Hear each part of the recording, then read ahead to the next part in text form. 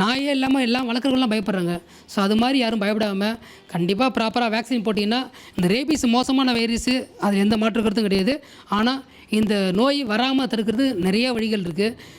அந்த நாயை எப்படி செப்பரேட் பண்ணணுங்கிறத இமீடியட்டாக டாக்டரை கன்சல்ட் பண்ணி இமீடியட்டாக வேக்சின் பட்டா போட்டிங்கன்னா இந்த நோயிலேருந்து கண்டிப்பாக கூடிய சீக்கிரத்தில் இந்த ஒரு ஒன் ஹெல்த் நேஷனல் ஹெல்த் வச்சுருக்காங்க. காரணமே இந்த ரேபீஸ்லாம் எராடிகேட் பண்ணணும் தான் வச்சுருக்காங்க.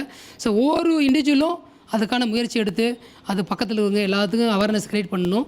கண்டிப்பாக க்ரியேட் பண்ணி proper vaccination prevention is better then cure. So ஒரு கடிச்சிச்சுன்னா அதுக்கப்புறம் பார்க்கணும், அதுக்கப்புறம் அதை விட கடிக்கிறதுக்கு முன்னாடி நம்ம என்னென்ன ப்ரிகாஷன் எடுக்கணுமோ வேக்சின் மட்டும்தான் ஒரே தீர்வு. அதனால் எந்த காரணத்தை கொண்டும் ஒரு அஜாக்கிரதையாக வீட்டு நாய் கடிச்சிச்சு, தெருவில் லைட்டை கீறிடுச்சு, அது மாதிரிலாம் இல்லாமல் இமீடியட்டாக டாக்டரை பார்த்து தடுப்பூசி கண்டிப்பாக போடுங்க. டாகு அதேமாரி தான், நம்ம வேக்சின் போட்டுட்டோம், அதை வந்து தெருநாய் கடிச்சிச்சுன்னா அந்த ரிஸ்க் எடுக்கக்கூடாது. இமீடியட்டாக போஸ்ட் போய்ட்டு வேக்சினேஷனு நாய்களுக்கு கரெக்டான ஷெடியூலில் வந்து டைமில் வேக்சின் போடுறது ரொம்ப ரொம்ப முக்கியம். நாம் எல்லாம் ஒன்று சேர்ந்து இந்த ரேபீஸை ஒழிக்கிறதுக்கு முழு முயற்சியாக உறுதியாக இருக்கிறோம்.